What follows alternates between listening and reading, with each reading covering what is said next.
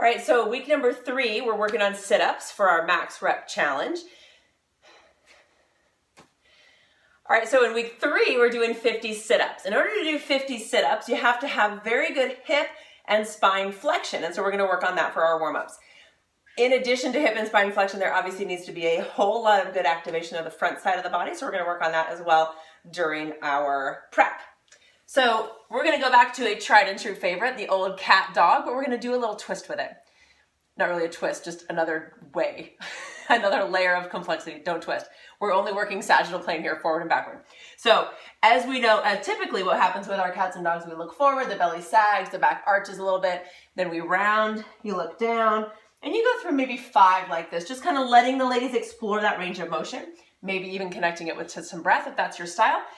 Then I want you to try to isolate and only move a certain area of your back. So what you're gonna do first is shift your hips back toward your heels.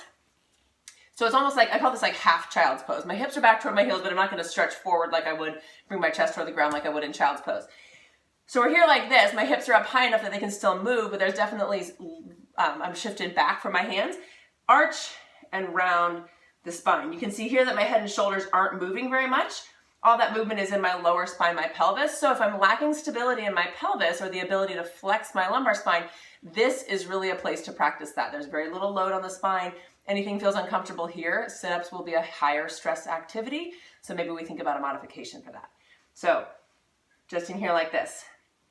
Then we shift, so that gets our lower spine flexing and extending. Then we're gonna shift weight forward more. So kind of coming past that tabletop position, almost to a knee plank, but there's still some flex in my hips here. Then I'm gonna try to go head and shoulders. So my head moves a little bit. I'm gonna say keep your gaze at the floor just so it's not all your neck, but I'm trying to get my thoracic spine to extend and flex. So kind of like the chest comes toward the floor, and then I dome my upper back, arching and rounding that way. And you can see that thoracic extension for me is a big limiting factor, but here we're working on flexion. So what I want you to try to do is just maximize that range of motion. Say you do 30 seconds, 5 to 10 reps neutral, do another 30 seconds shifted back to focus on the lumbar spine, another 30 seconds forward to focus on the thoracic spine. And then we're gonna go to a 3-legged dog, kind of with a knee to nose to add to that front side activation. So what we do for that is we come into down dog. It's a bent knee down dog. So we're trying to keep the hips kind of shifted back this way. What I'm gonna do is lift my right leg toward into the air and then come forward, knee to nose. Now I straighten out that back leg, but I bend it as I come back.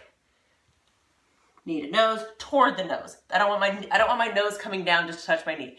Spine stays neutral, flex your hip and your knee as much as you can. So you inhale, you go back.